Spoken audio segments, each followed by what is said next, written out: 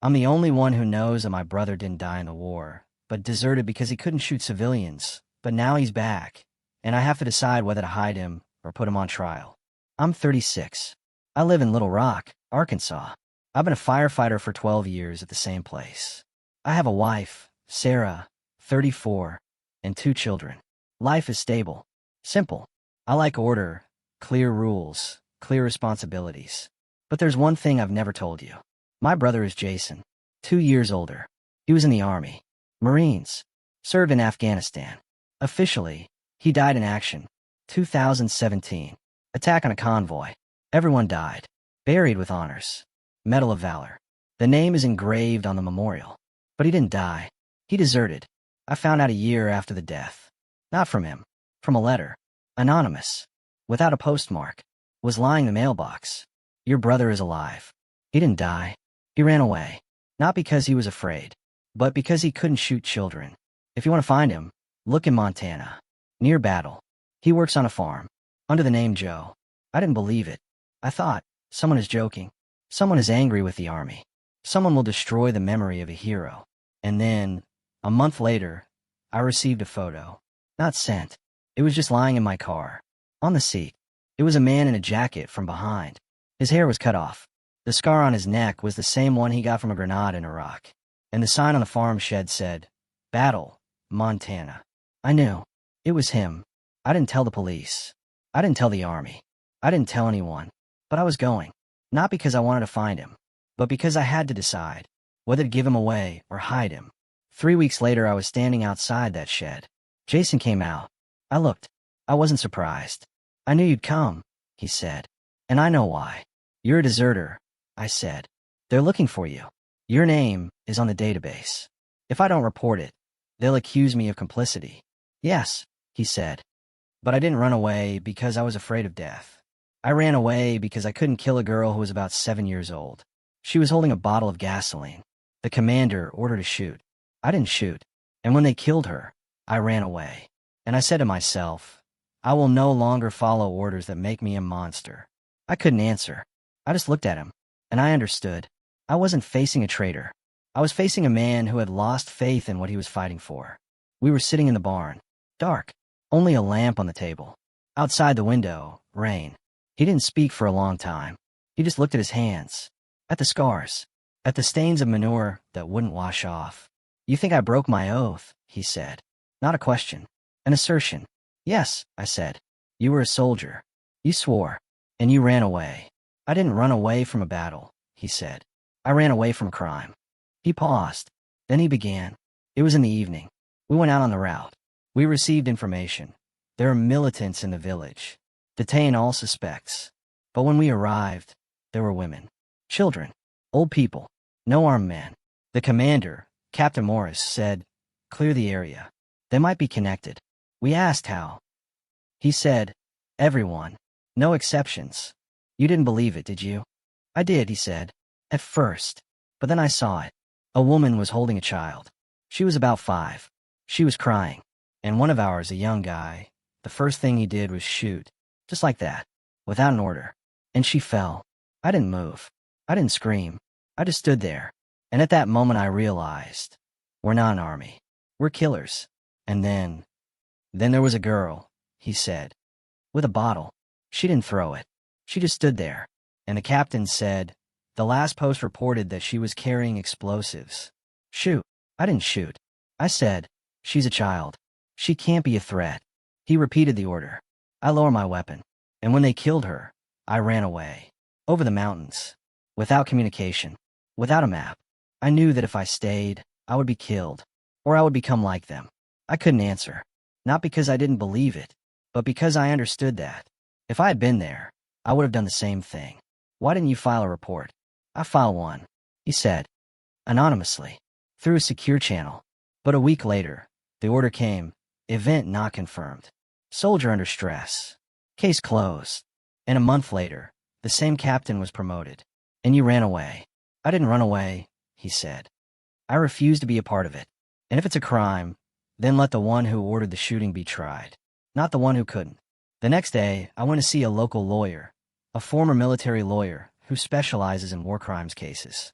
I have information, I said, about a crime in Afghanistan, about an order to kill civilians, and about a soldier who ran away so as not to be a criminal. And why did you come to me? He asked. Because I don't want my brother to be tried as a deserter, I said. I want the one who ordered the killing of the children to be tried. That's a risk, he said. If we open a case, they'll find him first, as a witness. And if he doesn't show up officially, he'll be put on the wanted list. And he'll be in jail before the commander is charged. And if he shows up himself, then he'll have protection, he said. The right to anonymity as a state's witness. But he has to come back. Not as a deserter, but as someone who has decided to tell the truth. I went back to the farm. Jason was waiting. They can release you, I said, but you have to come back and tell everything, publicly. He looked at me for a long time. Then he said, I'm not afraid of jail. I'm afraid that no one will believe me, that I'll be called a liar again, and that you'll despise me for not following orders. I don't despise you, I said. I'm proud of you, not because you're a hero, but because you're still human. I couldn't put it off, not because I was ready, but because I knew that if we didn't have proof, we'd be called liars, and it would be over before it even began. But Jason wouldn't show me anything. Even after we talked, he said, the truth isn't video. It's testimony. Asterisk. And he refused to open up about the past. And then I found the phone. Not a new one. The old, battered iPhone he was using at the time. It was in a secret place in the shed, under the floor, in a steel box, charging from a solar panel, not plugged in. I couldn't just open it. Not because I was afraid, but because I knew that this wasn't my memory. This was his nightmare. But I had to decide whether to let him run or to help him fight. And I opened it. In the videos directory, there's a folder called Just In Case. 3 files.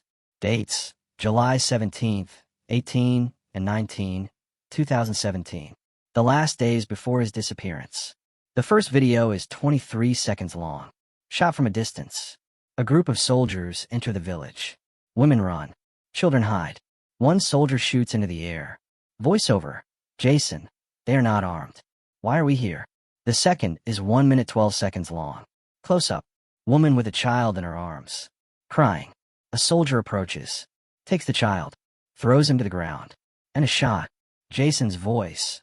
This is not an action movie. This is a child. Asterisk. Someone shouts. Shut up.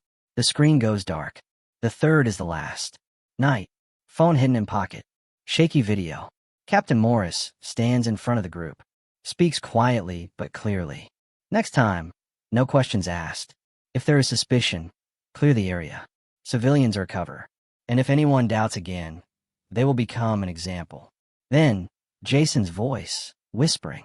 I can't do this. I can't be a part of this. The video cuts off. I turn off the phone. I couldn't breathe. Not because I was moved, but because I saw. This is not a battlefield mistake. This is a planned crime. And my brother is the only one who refused to participate. A day later I said, you have proof. Video. I saw. He fell silent. I wasn't angry. I didn't argue. I just said, I knew you would find it. I didn't keep it for myself. But in case there was someone who would believe me. And why didn't you give it to me earlier? Because they would have destroyed it, he said. Not just the phone. Me. My family. The army doesn't like witnesses. Especially people like me. But now we have a chance, I said. With a lawyer. With the truth. With evidence. But if I come back, they'll put me in jail first, he said. Deserter. Violator of discipline. And then, maybe, they'll start investigating the commander. But by then I'll be in jail. Then we'll turn everything in together, I said. Not as a regular complaint. As an international case. The media. Human rights organizations. Let them know, this is not about one soldier. This is about a system that kills civilians and rewards murderers. He looked at me for a long time. Then he said, you are risking everything. Your job. Your reputation. Your family. Yes, I said. But I can't live with what I know. And I'm not doing anything. A week later we met with a lawyer. We brought copies of the video on a secure medium. We didn't send it online. We didn't open the GPS. Only in person. This is evidence of a war crime, he said. And if we act en masse. Not through the military prosecutor's office. Through the international media. Through the UN. Through public pressure. And Jason, he has to show up, he said. Not as a deserter. As a witness. And then he'll get protection. But it's a risk. If they decide to destroy the case, they'll destroy him too. I looked at my brother. He was watching the video on the screen. At that child. At the woman. At myself. I'm ready, he said. Not because I want to be a hero, but because she deserves the truth, even if it cost me my freedom. We acted quickly, not out of desperation, but because we knew, if we wait, the evidence will disappear, and the truth will be silenced. The lawyer contacted a journalist from The Guardian, who specializes in war crimes. Not through an official channel, through a secure messenger. We sent video clips, no names, no geolocation, no voices, just insults, and a short description. A village in Afghanistan, 2017. Civilian casualties. An order from a commander. One soldier refused to shoot. He is alive and ready to testify. 3 days later, the article was published. Shadow in the Desert. How an American soldier fled to avoid killing a child. With references to sources close to the investigation. No names, but with a description of the events that coincided with the official report on the combat lost by the convoy, with one difference. The report did not mention any civilians, and the article had photos of a village that the army called a terrorist base, but which was actually a peaceful settlement. A day later, Der Spiegel and the BBC wrote about it. There were demands from human rights activists. Investigate. From veterans. We are not like that. From the families of the dead soldiers. Is it true that they died while carrying out a criminal order? And then, a blow. A week later, 2 men in plain clothes came to my office. They introduced themselves as agents of the Military Criminal Service. They did not arrest. They did not take them into custody. They simply said, "We know that you have been in contact with a person named Jason Miller. He is wanted for desertion during hostilities. If you conceal his whereabouts, you are violating 10 U.S.C. Section 923. That carries a penalty of up to 5 years in prison." "I don't know where he is," I said. "We know you know," one of them said. "And we know you gave the materials to the media. That's a violation of the Espionage Act, if they contain classified information." "A video of the killing of civilians is not classified," I said. "It's a crime." They didn't answer. They just threw a paper folder on the table. It had a picture of Jason on it, and it said, "Asterisk, wanted deserter. Dangerous. Do not approach." An hour later I called Jason. "They know," I said, "and they open a case against you. Not for the commander's crime, and for not shooting." "I knew it would be like this," he said. "They are not afraid of the truth. They are afraid that other soldiers will start thinking, that they will start refusing, and then the system will collapse." "What to do?" "I am returning," he said. "Not running away. Not hiding. I will come to the military base. And I will say, I am here. I'm not a deserter. I am a witness to a crime. And I demand an investigation. This is suicide." "No," he said. "This is the only way to make me heard. If they put me in prison, the world will see. They punish the one who did not kill, but they punish the one who ordered it. And then no one will be able to hide it anymore." 3 days later he arrived at Fort Bellevue. Not surrendering. Not carrying a weapon. Just standing at the gate. In civilian clothes. With an old backpack. And a sign he had written by hand. "I'm Jason Miller. I'm not a deserter. I refuse to kill children. I demand an investigation into the crime in the village of Al-Qadir, 2017. Captain Morris ordered the killing of civilians. I have evidence." Journalists gathered around. Cameras. Cameras. The security came out. Didn't detain. Didn't remove. Just surrounded. And said, "Officer Morris is on leave. The case is under investigation." The investigation began 7 days later. Not because the military suddenly became fair, but because the pressure was too great. The Guardian, the BBC, Der Spiegel, all came out with materials. Human rights organizations demanded explanations from the Ministry of Defense. Veterans wrote letters. We fought for freedom, not fear. And even Congress invited Pentagon representatives to a hearing. Captain Morris was suspended from his post, then fired, officially, for violating the code of military honor. Not for murder, not for an order, but that was a start. Jason was detained for 72 hours. Not a prison, not an isolation ward, a room on a military base. No charges, no lawyer, just a conversation. But when the lawyer came out, he said, "They're offering a deal. Amnesty for desertion. No criminal prosecution. in exchange for not mentioning Morris's name or sharing the video. And what did he say? He said, "No," the lawyer said, and added, "If you want me to remain silent, put me in jail. But I will not be part of another lie." A week later, an official report was released. Not complete, not honest, but a step. It said, there were violations of protocol during the operation in the village of Al-Qadir in 2017. Some civilians died. The convoy commander was disciplined. Private Jason Miller, who left his position, was recognized not as a deserter, but as a person acting under the influence of emotional stress. The criminal case against him is closed.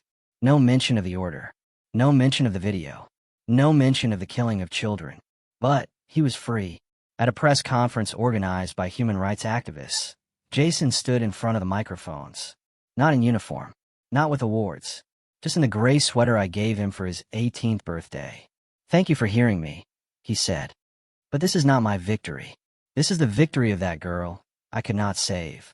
Her name was Amina. She was 7 years old. She was holding a bottle of gasoline because her father ordered her to bring light into the house. And for that she was shot. Silence. "I am not a hero," he said. "Heroes do not kill children. But I am the one who refused. And if my story helps even one soldier say, no, asterisk, then it's worth it." He took out an envelope. "I have an award that was given to me posthumously. The Medal of Valor.